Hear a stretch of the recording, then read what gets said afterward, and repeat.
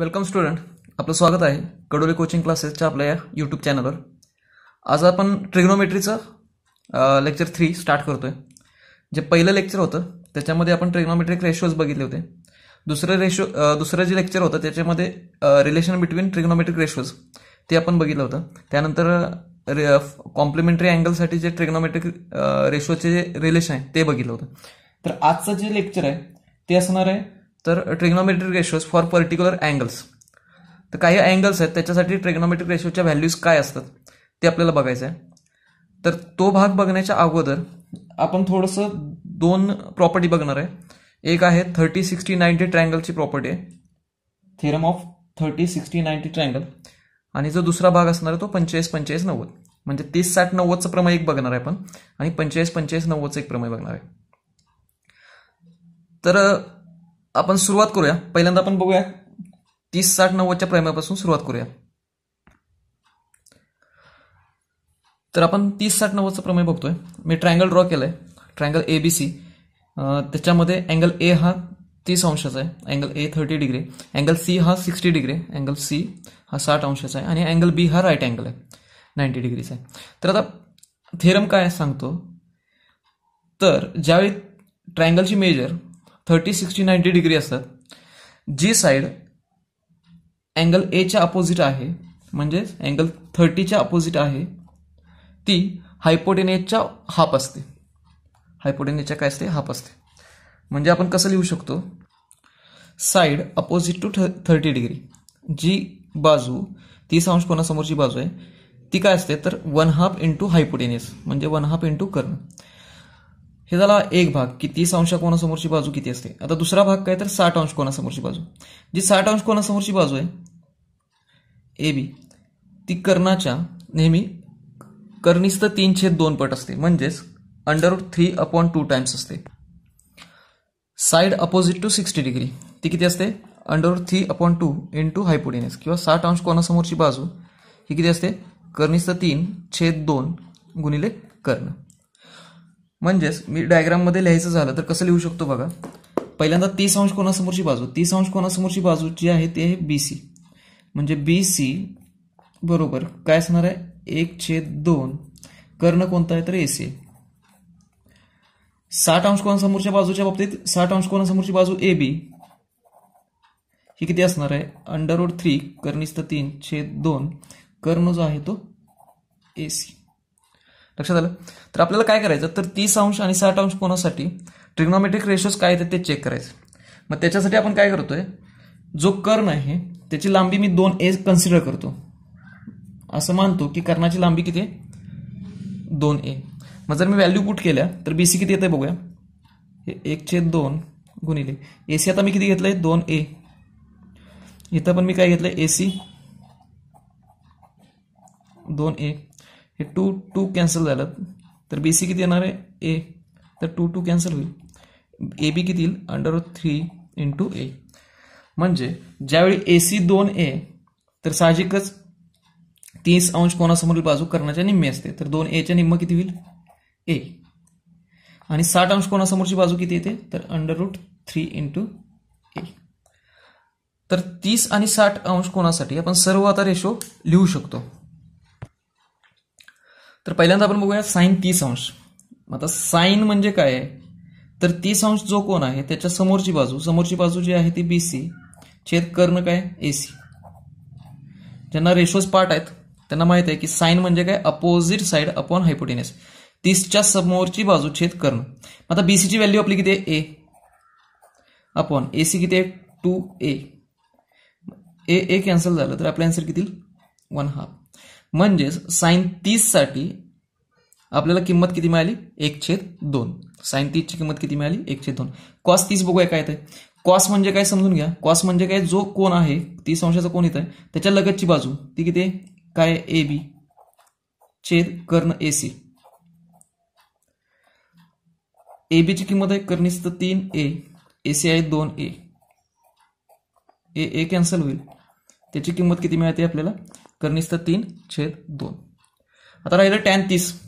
tan म्हणजे काय तर जो कोण आहे त्याच्या समोरची बाजू आहे BC छेद लगतची बाजू आहे AB. आता बीसीची किंमत किती आहे तर ए, आणि ए बीची किंमत आहे कर्निस्थ 3 ए. ए कॅन्सल होईल, आपला आन्सर किती असणार आहे 1/कर्निस्थ 3. तर ज्या पद्धतीनं मी 30 कोणासाठी तिन्ही रेशो शोधले, त्याच पद्धतीने तुम्ही 60 कोणासाठी रेशो शोधा. आता 30 कोणासाठी अजून 3 रेशो राहिले. त्यानंतर साईनचा जो व्यस्त आहे तो आहे कोसेक. कोसेक 30. कोसेक म्हणजे माहिती आहे आपल्याला कर्ण छेद समोरची बाजू. कर्ण आहे AC, समोरची बाजू आहे BC. ह्याच्या व्यस्त येईल 2/1च्या व्यस्त काय येईल 2. सेक 30 अंश. सेक म्हणजे काय कर्ण छेद लगतची बाजू. कर्ण आहे AC, लगतची बाजू आहे AB. आता AC किती आहे 2A, किंवा याचं व्यस्त लिहिलं चालते कर्निस्थ 3/2. त्याचं व्यस्त किती 2/कर्निस्थ 3. आणि 6वा रेशो आहे टॅनच्या व्यस्त काय असतं कॉट 30 अंश. कॉट 30ची किंमत किती असणार आहे. कॉट म्हणजे काय लगतची बाजू छेद समोरची बाजू. AB/BC याच्या व्यस्त येईल 1/कर्निस्थ 3. त्याच्या व्यस्त काय येईल कर्निस्थ 3.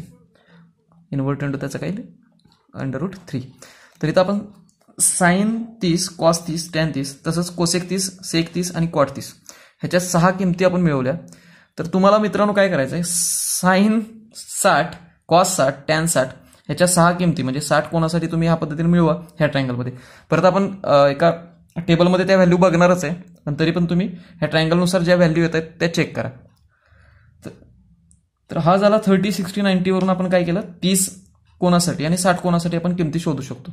सेम तसंच 45, 45, 90चा जो ट्रायंगल आहे, 45, 45, 90चा जो ट्रायंगल आहे त्याच्यासाठी पण आपण काय करू शकतो व्हॅल्यूज शोधू शकतो.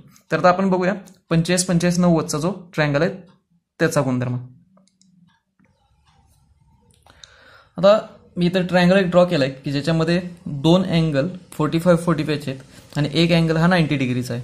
मग आपल्याला एक रूल माहित आहे की ज्या ट्रायंगलमध्ये 2 अँगल इक्वल मेजरचे असतात, 2 अँगल समान मापाचे असतात, त्या त्रिकोणामध्ये त्या समोरच्या बाजू पण इक्वल लेंथचे असतात किंवा समान लांबीचे असतात. म्हणजेच इथं हा जो कोन P आहे आणि R आहे ते समान मापाचे आहेत.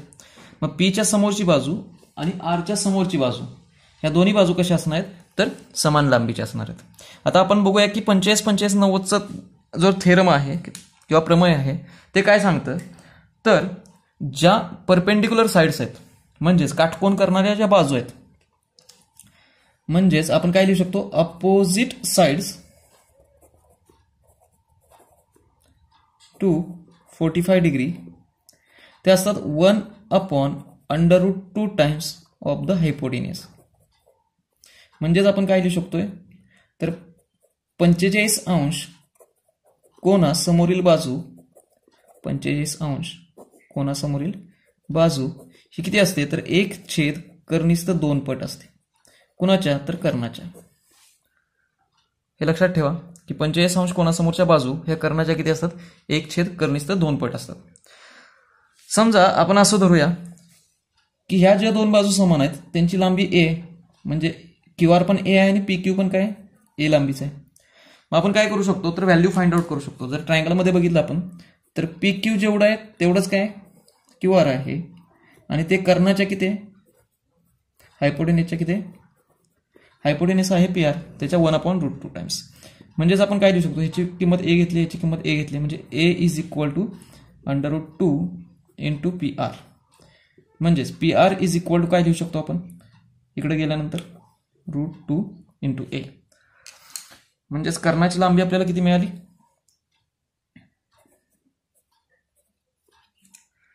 आता तुम्ही कोण P साठी गुणोत्तरे लिहा किंवा कोण R साठी गुणोत्तरे लिहा, कोणाचं माप बदलत नाही म्हणजेच रेशोच्या किमती बदलणार नाहीत.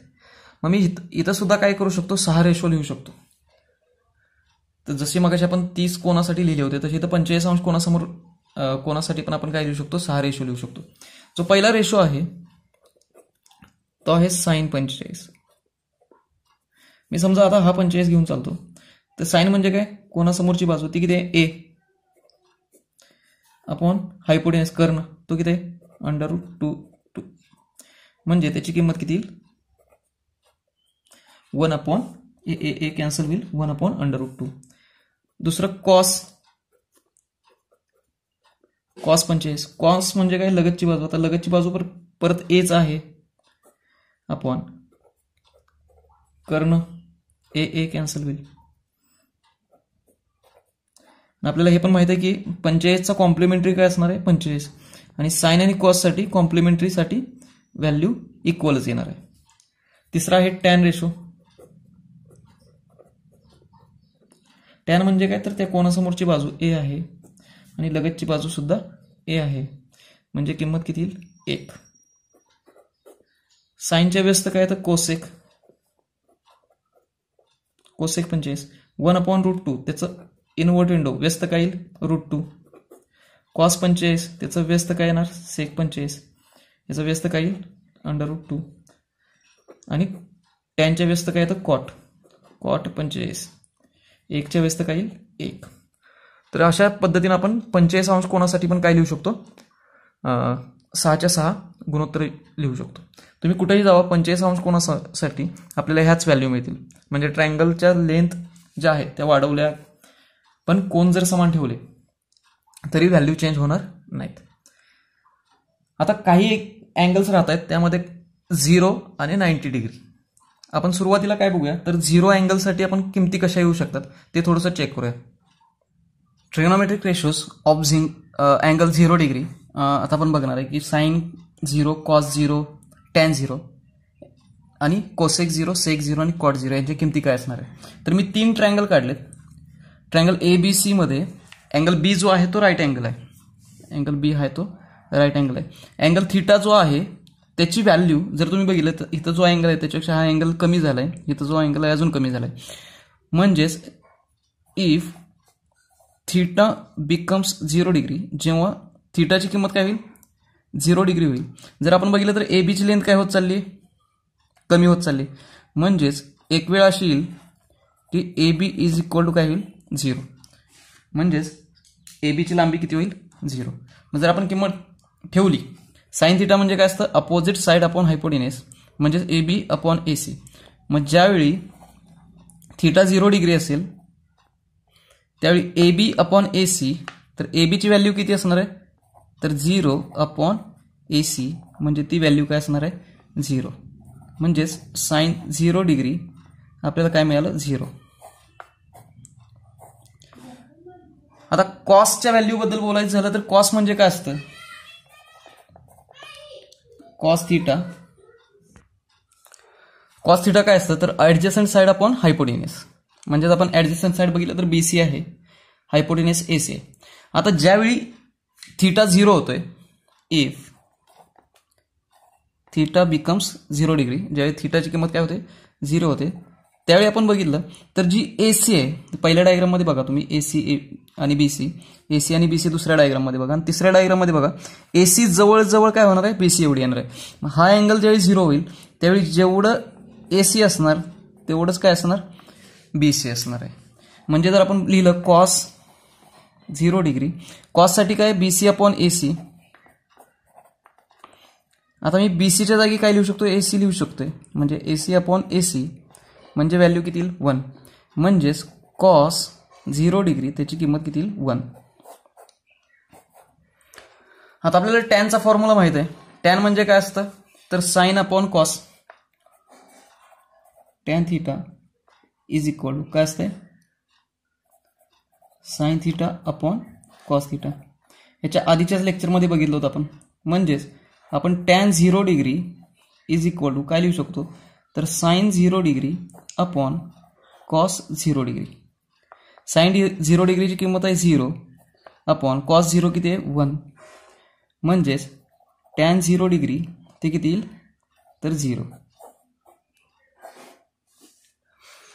आता आपल्याला हे पण माहित आहे की साइनचं इन्व्हर्ट विंडो काय असतं कोसेक. म्हणजे जर साइन 0 डिग्रीची किंमत माहित असेल तर आपण कशाची किंमत काढू शकतो कोसेक 0 डिग्री. आपल्याला माहित आहे cosec theta is equal to काय असतं 1 अपॉन साइन थीटा. इथं जर साइन 0 लिहिलं तर साइन 0 असतं 0, म्हणजे तिथं 1/0 होईल. आणि 0 कशालाही डिवाइड केलं तर आपण ते डिफाईन करू शकत नाही, म्हणजे याची किंमत काय येईल, नॉट डिफाईन्ड. आता कॉसचं इन्व्हर्टेंडो असतं सेक. सेकच्या बाबतीत काय असतं तर sec theta is equal to 1/cos theta. आता कॉस 0 डिग्रीची किंमत काय 1, म्हणजे 1/1 होईल, म्हणजे सेक 0 काय येईल 1. 1चं इन्व्हर्टेंडो काय येईल 1, 1चं व्यस्त 1. आता राहिलं टॅनचं इन्व्हर्टेंडो काय असतं कॉट. इथं पण 0 होतं, इथं पण 0 होतं, म्हणजे इथं परत काय येईल नॉट डिफाईन. याची किंमत आपण डिफाईन करू शकत नाही. तर ह्या ज्या 6 किमती होत्या, ही पहिली, ही दुसरी, तिसरी, चौथी, पाचवी, 6वी, तर 6 रेशो हे आपण 0 डिग्री अँगलसाठी फाइंड आउट केले. आता बघूया आपण अँगल ज्यावेळी 90 डिग्री असेल त्यावेळी. आता trigonometric ratios of angle 90 degree जर आपण बघितलं तर साइन थीटा म्हणजे काय असतं तर अपोजिट साइड आपण हायपोटेन्यूस, अपोजिट साइड PQ, हायपोटेन्यूस काय असणार आहे PR. मी इथं काय केलं की थीटाची व्हॅल्यू वाढवत नेली, म्हणजे अँगल हा काय करत गेलो आपण 90 कडं वाढवत गेलो. म्हणजे समजा इथं काय असेल 20 डिग्री, तर इथं वाढलाय तो 50 डिग्रीच्या आसपास, हा 70 डिग्रीच्या वर गेला असेल किंवा 80 डिग्रीच्या आसपास गेला असेल. तर ह्या पद्धतीने एक वेळ हा जर अँगल वाढवत गेलो आपण तर यामध्ये चेंजेस काय होतात ते आपण बघूया. तर पहिल्यांदा काय बघूया की when theta is equal to 90, जर तुम्ही बघितलं थीटा हा 90 होत गेला तर जेवढं PR आहे तेवढंच काय होत चाललंय PQ, म्हणजे PR is equal to PQ होते.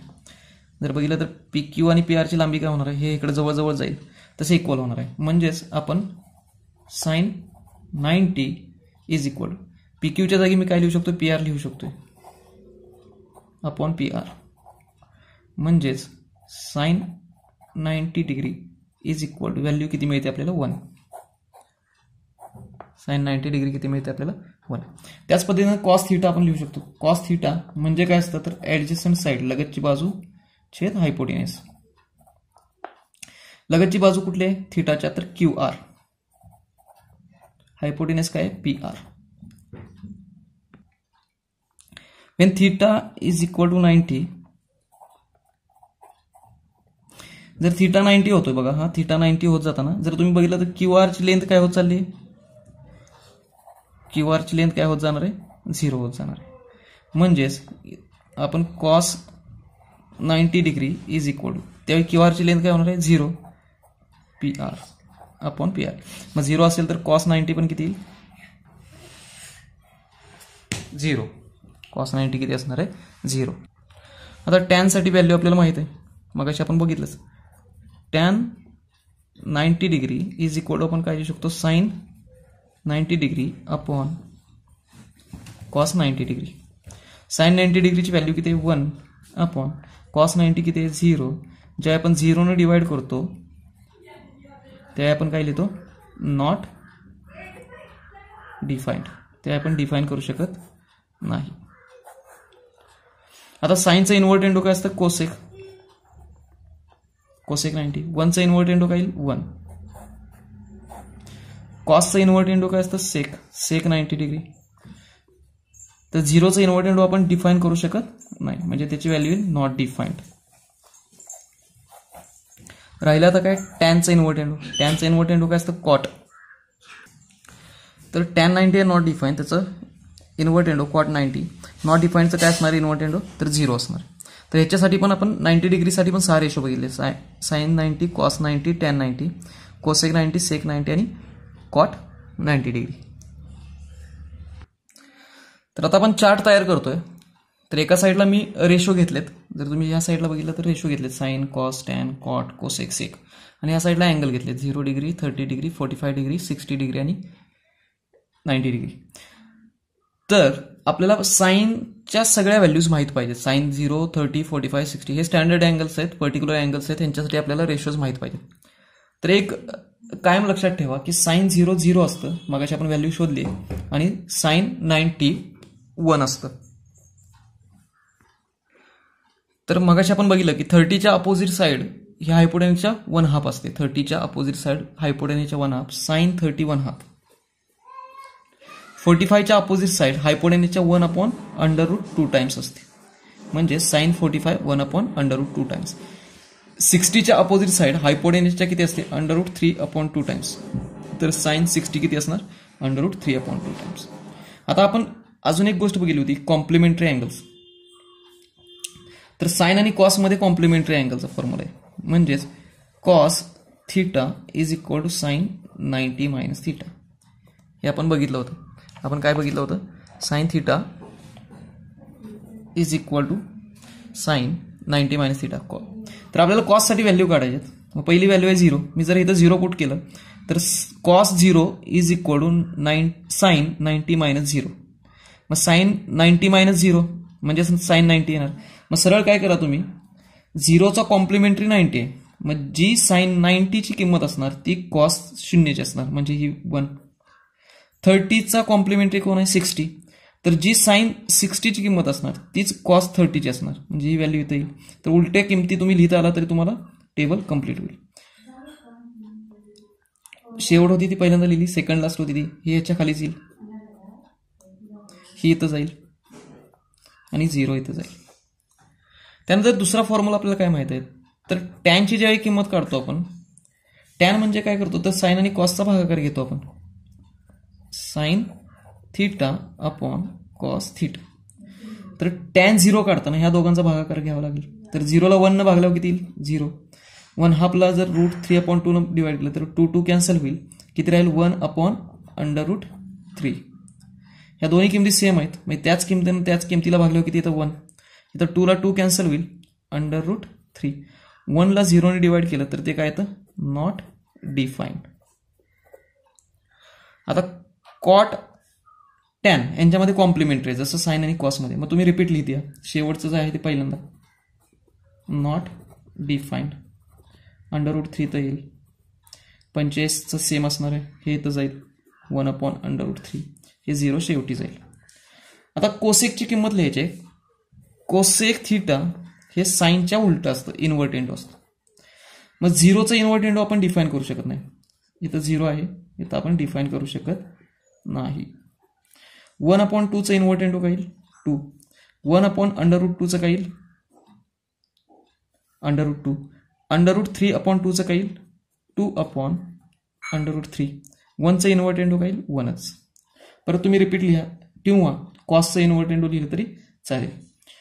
रिपीट काय येईल इथं 1, हे इथं येईल 2/√3. √2 तसंच, हे 2 आणि हे नॉट डिफाईन.